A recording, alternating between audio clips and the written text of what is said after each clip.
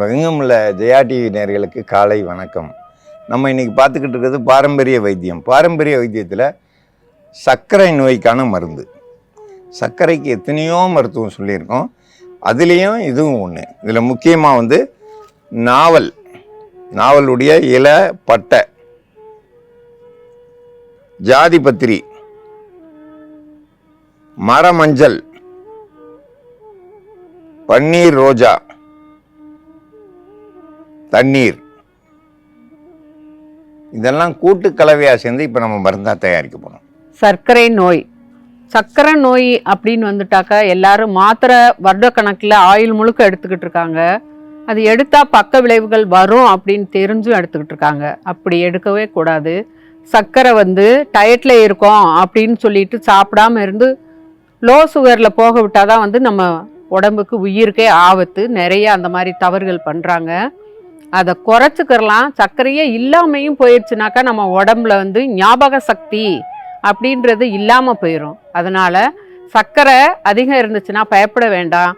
Food கண்ட்ரோலில் இருந்துக்கிட்டீங்கனாக்கா, நீங்கள் கொஞ்சம் மெடிசன் எடுத்துக்கிட்டீங்கனாக்கா, சர்க்கரை நம்ம உடம்புல தகுந்த சம அளவில் இருந்துச்சுனாக்கா, நம்ம உடம்புக்கு தேவையான சர்க்கரை இருந்துச்சுன்னா தான் ஞாபக சக்தி ஆக்டிவாக இருக்க முடியும். அதனால் சர்க்கரை நோயாளிக்கு மருந்து தயாரிக்கும் முறையை பற்றி பார்க்கலாம். நாவல் இலை, ஒரு வேளைக்கு ஒரு இலை, இது கூட ஒரு பன்னீர் ரோஜா, இது ரெண்டையும் அரைச்சி கூழாக எடுத்து வச்சுக்கிறணும். இப்போ இது கூட நாவல் மரப்பட்டை ஒரு சிறு துண்டு எடுத்துக்கிட்டாலும் போதுமானது. இப்போ அது கூட ஜாதிபத்திரி ஒரு பூவில் பாதி எடுத்துக்கிறணும்.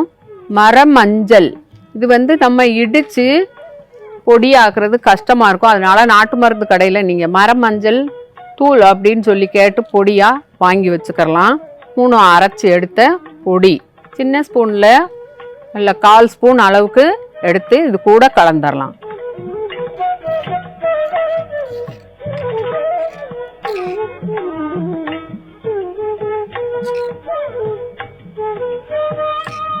ரொம்ப துவர்ப்பாக இருக்கிறதுனால தண்ணி நீங்கள் 100 மில்லி 50 மில்லி அளவுக்கு கூட கலந்துக்கலாம்.